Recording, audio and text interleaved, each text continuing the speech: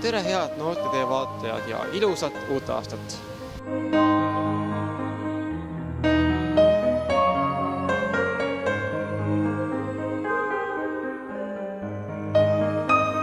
Aga ennem, kui me saame saata aasta 2011 ajaloovarnadesse ja heitma väikese pilgu, mida head ja ka halvemat see meile tõi.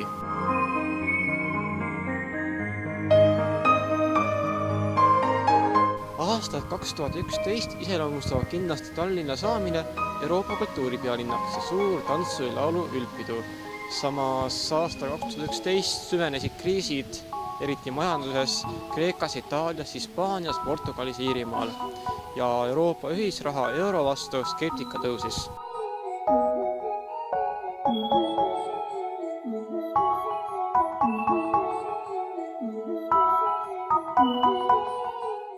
Aga mida toob meile aasta 2012?